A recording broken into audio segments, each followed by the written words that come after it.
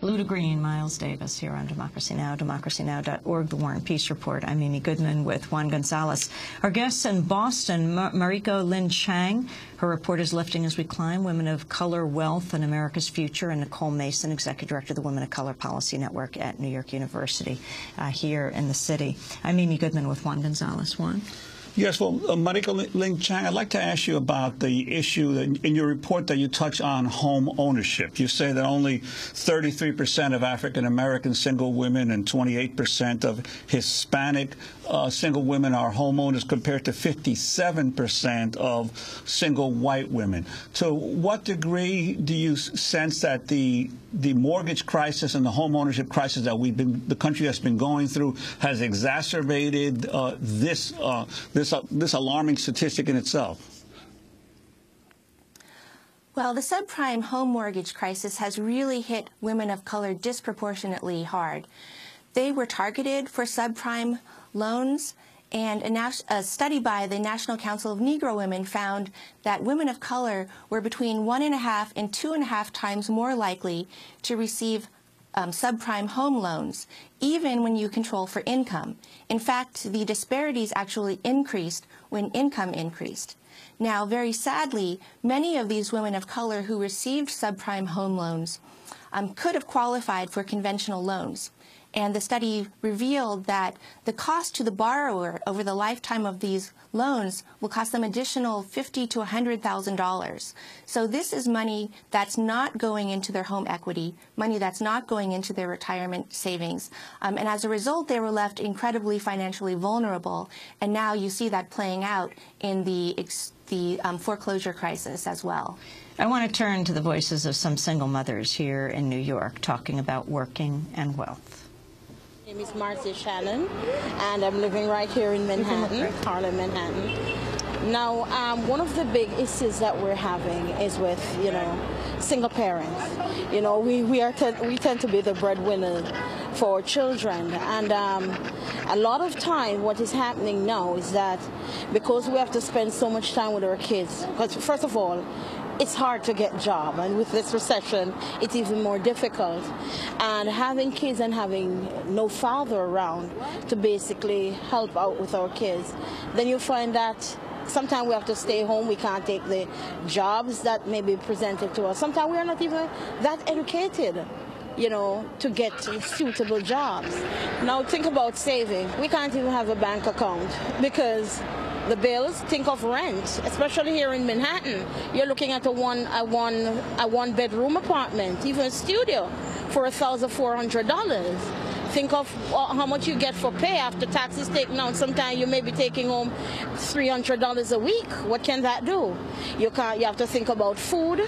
So there's no money that you could, what you call that discretionary income. You can't put any money in the bank. And if you even do put any money in the bank, you end up going back the next day to use it, maybe end up in overdraft, which becomes another issue. So it's extremely difficult for single parents. My name is Jennifer Fernandez. I live in the Bronx. It's very difficult. I'm a single mom working a full-time job, and it's very hard to basically take care of my 2 kids on my own. Can't really spend time with them. I can't hardly sometimes pay the bills. It's so hard when you're on your own. It's very hard because I can't really save. Not on a minimum job, no.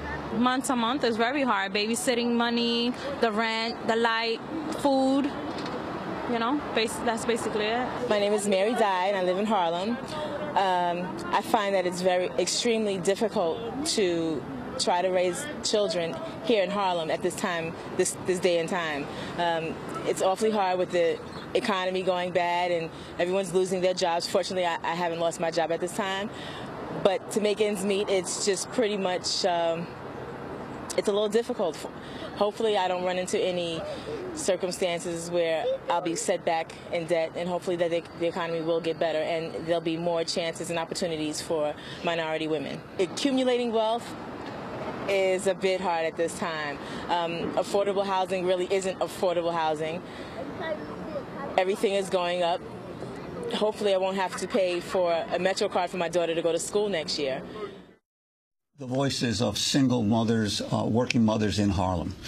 I'd like to ask you, Nicole, about the stimulus plan. The Obama stimulus was supposed to create millions of new jobs and to stem the economic crisis in the country. How has it affected African Americans and Latinos across the country?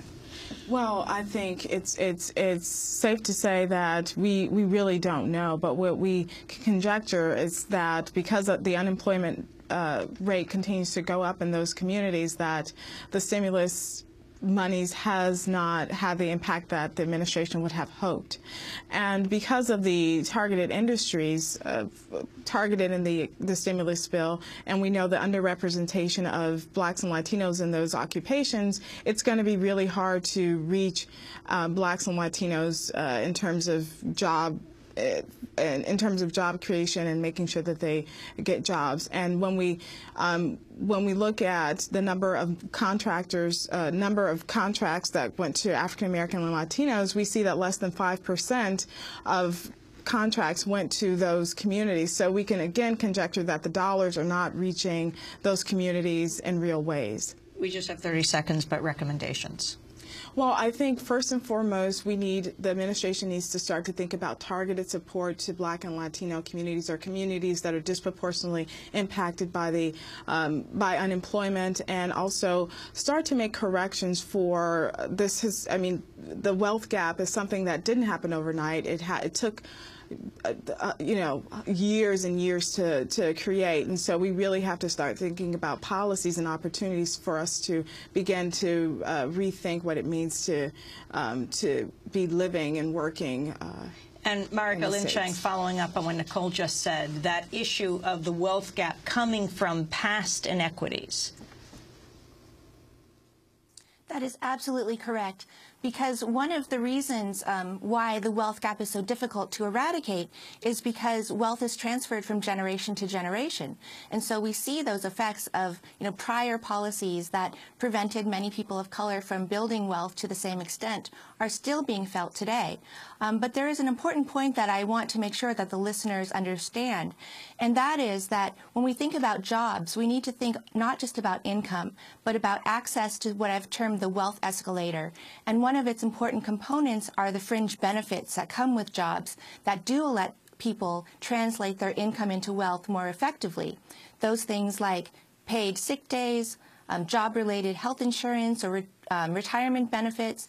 Those are things that women, and women of color in particular, are least likely to have in the types of jobs that they hold. Women of color and women are much more likely to work in service occupations, and those jobs are the least likely to come with those benefits. So as we heard from the women on the street, there's much more to wealth creation than simply income. And in fact, even if men and women had the same incomes, if nothing else changed, there would still be a wealth gap for women and a wealth gap for women of color, because they lack access to the wealth escalator, the fringe benefits and the government benefits that are already helping other people build wealth, and because they're more likely to be single parents.